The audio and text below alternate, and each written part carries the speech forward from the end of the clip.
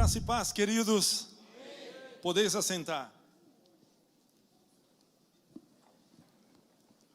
É uma alegria para a nossa vida estar aqui nessa noite com vocês, para compartilharmos a palavra de Deus. Vocês que nos assistem também pelas redes sociais, o Senhor falará conosco nessa noite. Abra sua Bíblia, Êxodo 33, 18 ao 23. Êxodo 33, 18 ao 23. Deus está nesta casa. Deus está nessa casa. 33, 18.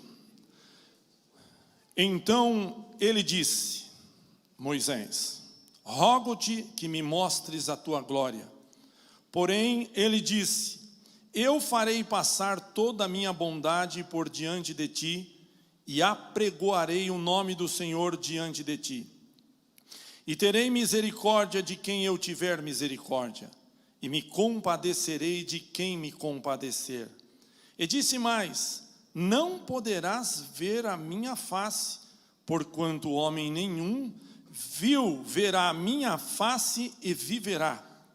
Disse mais o Senhor: eis aqui um lugar junto a mim, e ali te porás sobre a penha, sobre a rocha. E acontecerá que quando a minha glória passar, te porei numa fenda da penha, da rocha, e te cobrirei com a minha mão até que eu haja passado. E havendo eu tirado a minha mão, me verás pelas costas, mas a minha face não se verá. Amém e amém. Que texto interessante é esse? Uma certa vez, um pastor, ele foi pregar no interior, e aí ele era recém-formado, teólogo, bacharel, mas a igreja era lá do interior, da roça, os irmãos muito humildes, um domingo pela manhã. E esse pastor, quando chegou na igreja, a igreja lotada, o púlpito abarrotado de pastores. E aí ele começa uma introdução para impressionar talvez os que estavam na sua retaguarda. E ele começa a sua pregação.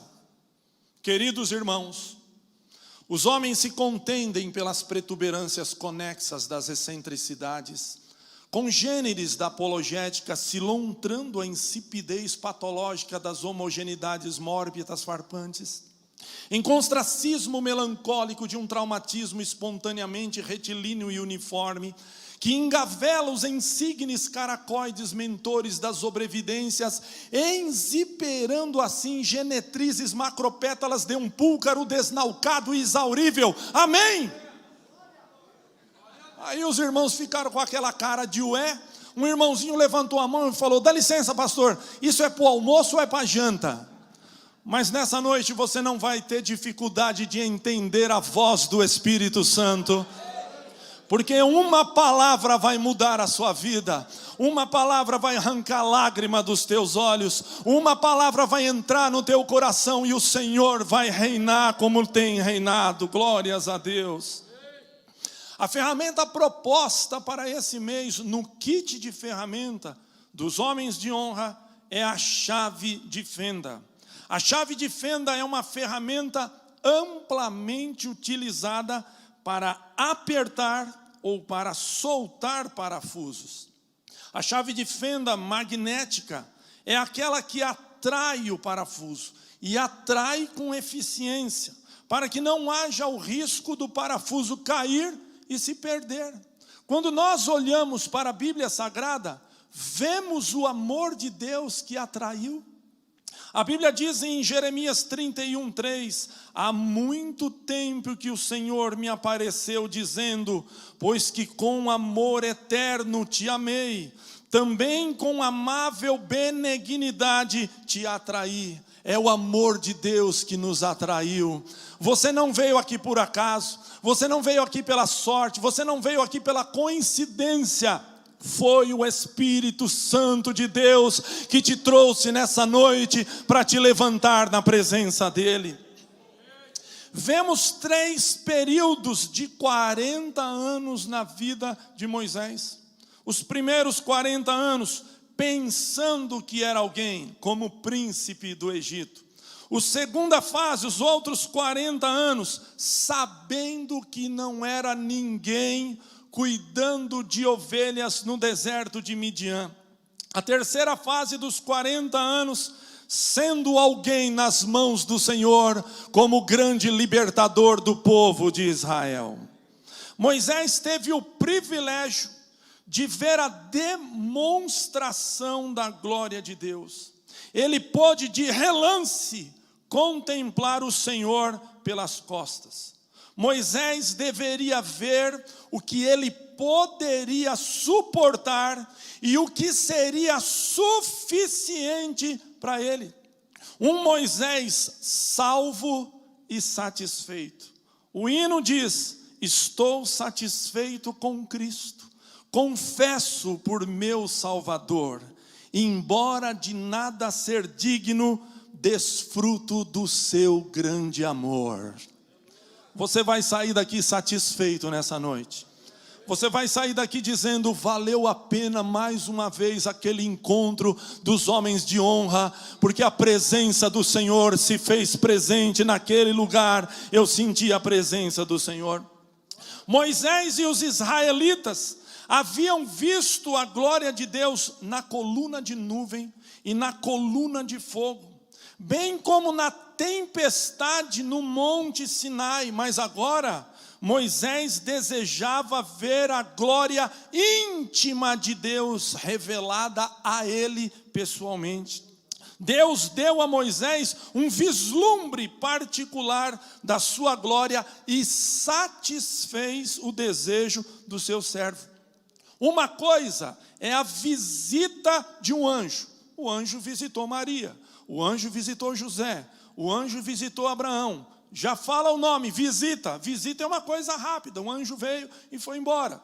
Outra coisa é a presença de Deus. Senhor, se a tua presença não for conosco, não sairemos daqui, porque a presença de Deus é muito importante em nossas vidas.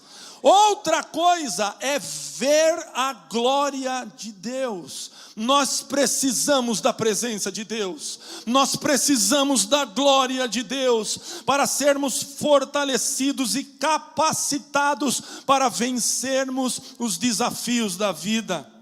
Mas onde está esta glória? Que glória é essa? Onde está essa glória? Essa glória é e está com o Senhor. Salmo 24, 10. Quem é este Rei da glória? O Senhor dos exércitos. Ele é o Rei da glória.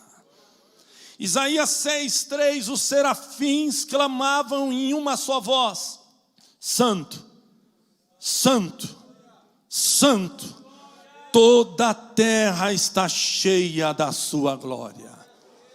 Todos os oceanos, todos os continentes, de uma outra extremidade da terra, mais de 8 bilhões de pessoas, e toda a terra está cheia da sua glória.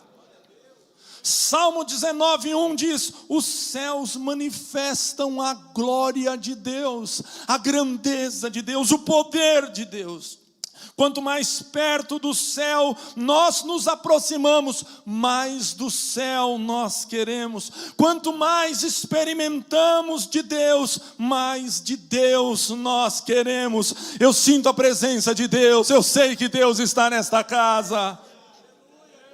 Homens de honra precisam orar. Moisés sabia o caminho da oração.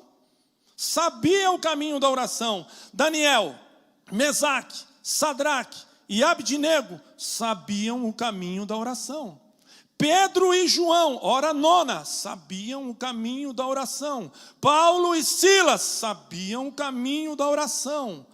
Começa o caminho da comunhão e o caminho da intimidade começa com a oração. Êxodo 33, 17, Deus disse a Moisés: porquanto achaste graça aos meus olhos. Em outras palavras, Sabe o que Deus está dizendo para Moisés? Você me atraiu. Você me atraiu. As tuas qualidades, o teu caráter, o teu estilo de vida, você me atraiu. No próprio versículo 17, Deus está dizendo para Moisés: e te conheço por teu nome. Sabe o que Deus está dizendo? Intimidade e relacionamento com Moisés. Sabe de Lázaro? Lembra de Lázaro? Lázaro não era apóstolo, Lázaro era amigo íntimo de Jesus. Vale mais intimidade do que cargo. A intimidade com Deus começa na oração. A oração pessoal deve ser o dever e a prática de todo discípulo de Cristo, de todo servo de Deus, de todo homem de honra. Agora, imagine só, se Deus resolvesse instalar no céu uma secretária eletrônica. Imagina quando você fosse orar, você ia escutar a seguinte mensagem: obrigado por ter ligado para a casa do nosso Pai que está no céu. Para petições, aperte 1. Para ações de graça, aperte 2. Para reclamações sobre fariseus, aperte 3. Para outros assuntos, aperte 4.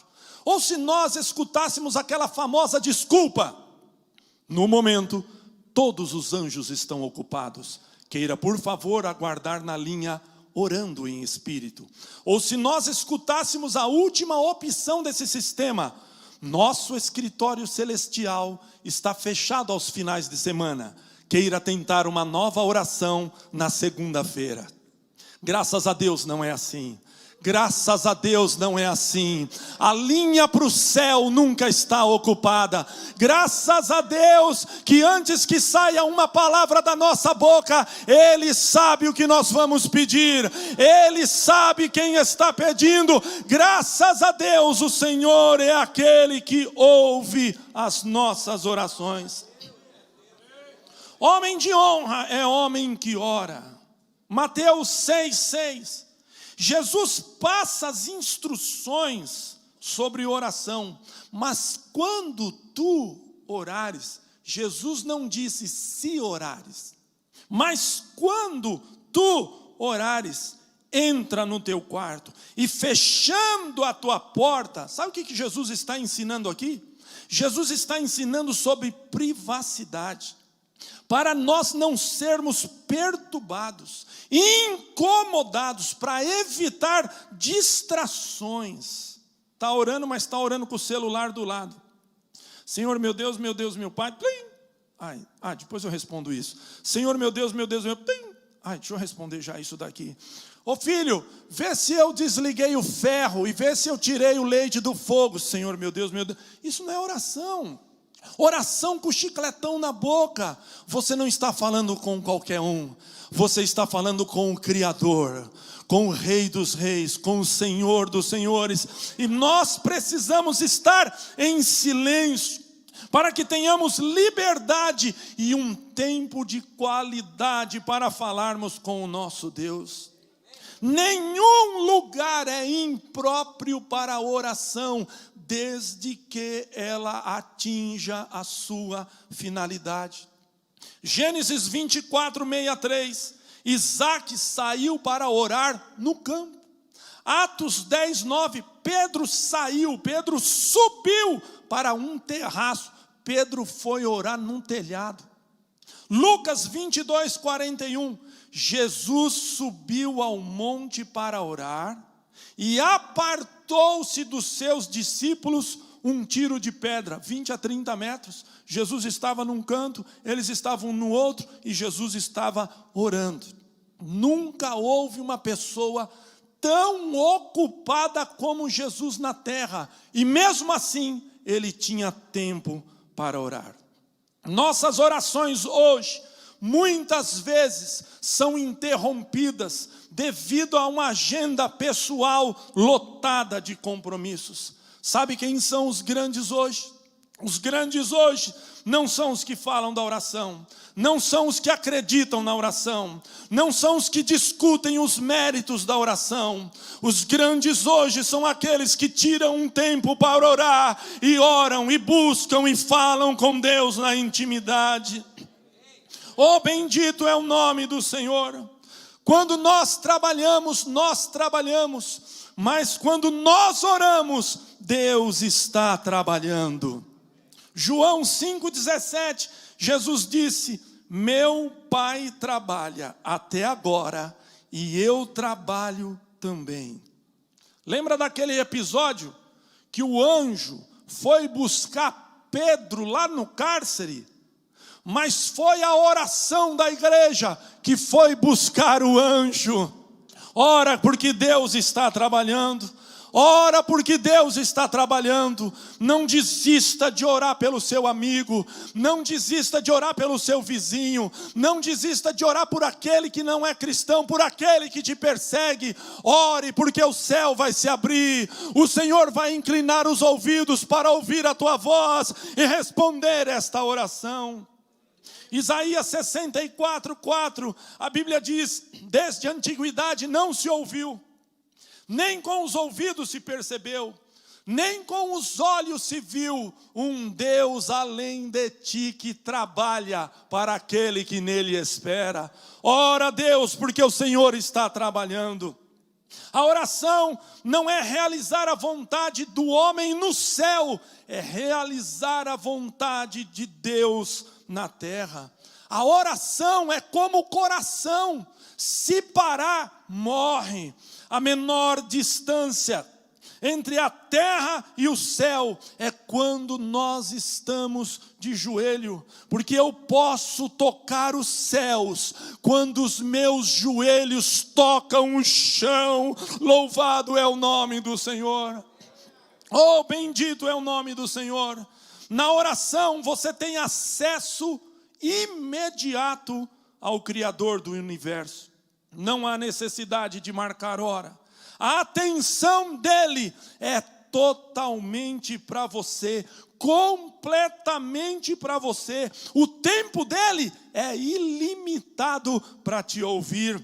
Saiba de uma coisa: a sua voz tem importância no céu, tem importância no céu. A sua oração impressiona a Deus. Louvado é o nome do Senhor para sempre. Moisés ficou na fenda. Temos cerca de 26 sinônimos para fenda, mas vamos ficar com fenda, brecha e abertura. O que representa a fenda?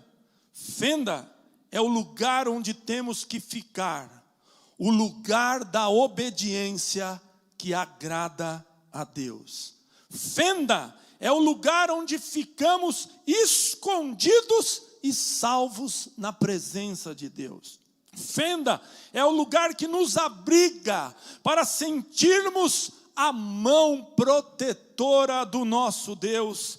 Fenda é o lugar seguro para vermos a glória de Deus. Fenda é o lugar onde estamos protegidos da luz estonteante do nosso Deus. Salmo 36, versículo 9.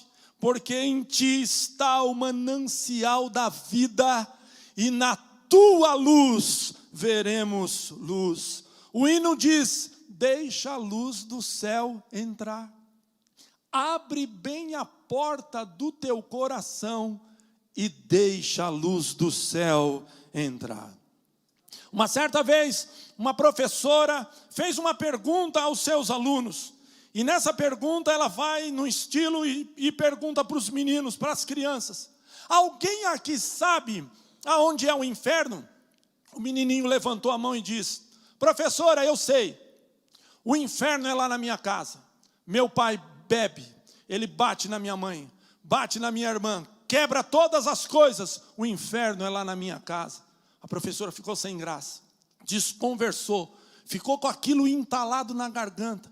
Ela foi para casa, passou-se um bom tempo, a professora volta novamente com uma nova pergunta: alguém aqui sabe onde é o céu? O mesmo menino levanta a mão e diz: professora, eu sei, o céu é lá na minha casa. A professora diz: eu não estou brincando. E ele disse: eu também não. O meu pai aceitou a Jesus como único e suficiente Salvador. Ele não bate na minha mãe, ele não bate na minha irmã, ele não quebra mais as coisas. O céu é lá na minha casa, porque ele deixou a luz do céu entrar. Louvado é o nome do Senhor. Se é para Jesus, tem que ser mais forte. Ahu, ahu, ahu. Oh, glória a Deus. Uma certa vez, um acendedor de lampiões, levava uma vida difícil e instável. Quando ele aceitou a Jesus como único e suficiente Salvador, um ex-amigo passou a ridicularizá-lo pelo seu novo estilo de vida. O acendedor de lampiões, ele disse: existe apenas uma explicação que eu posso dar para isso. Quando eu sigo pela rua apagando os lampiões e olho para trás e vejo tudo escuro, assim era a minha vida antes de conhecer Cristo, apagada, escura, tenebrosa. Mas quando continuo a seguir pela rua, os lampiões adiante de mim iluminam o meu caminho. Assim é a minha vida com Cristo. Aí o ex-amigo perguntou: e depois que você apaga todos os lampiões? Depois que eu apago, o dia vai clareando, vai clareando. Provérbios 4:18, mas o caminho dos justos é como a luz da aurora, que vai brilhando mais e mais até ser dia perfeito. Meu irmão, deixa a luz do céu entrar na sua vida, deixa a luz do céu entrar nessa noite no teu coração, e você vai ver a diferença da glória de Deus na sua vida. Moisés viu a glória de Deus na fenda.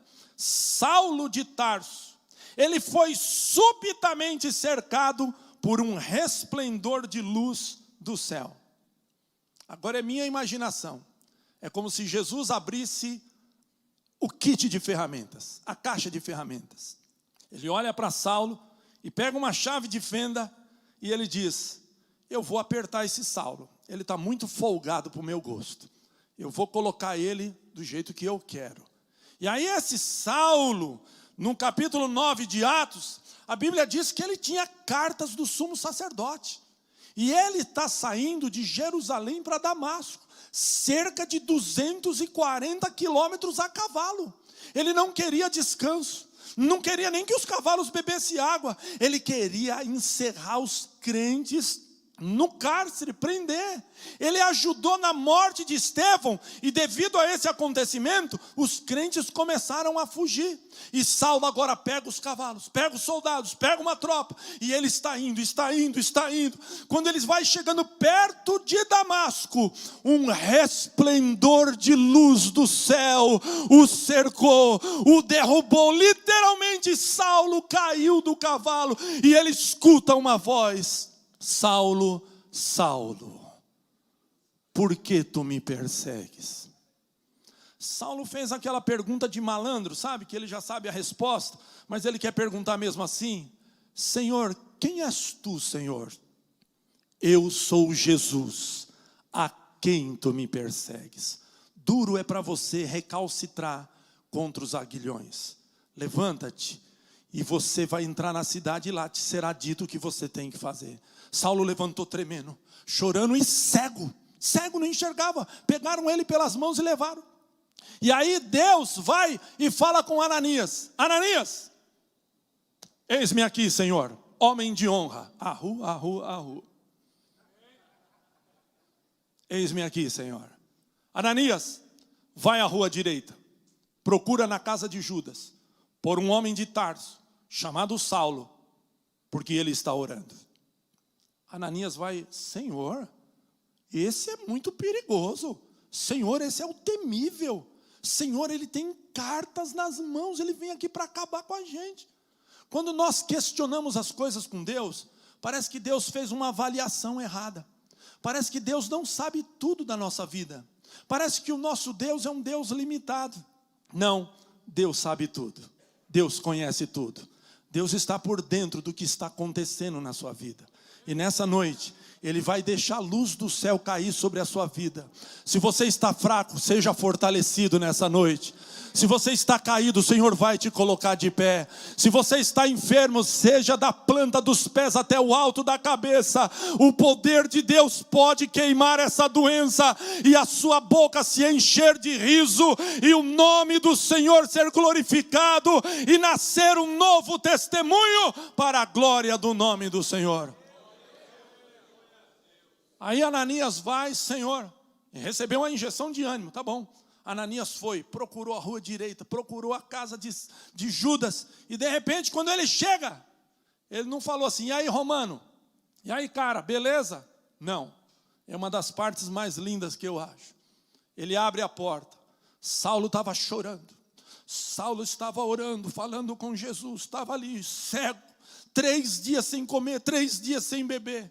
E aí Saulo abre a porta, e aí Ananias abre a porta e ele diz, irmão Saulo, o Senhor Jesus, que te apareceu no caminho por onde vinhas, me enviou para que tornes a ver e seja cheio do Espírito Santo.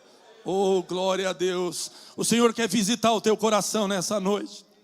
O mesmo Paulo que levantou transformado, ele disse em 2 Coríntios 3,18, mas todos nós, com cara descoberta, refletindo como um espelho a glória do Senhor, somos transformados de glória em glória.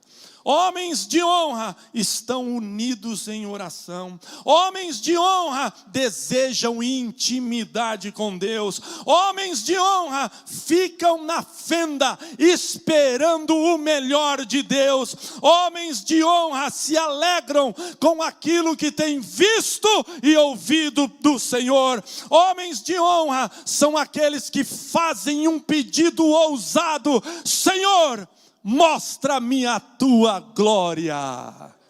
Esta é a palavra de Deus para a nossa vida nessa noite. Glórias, glórias ao nome do Senhor.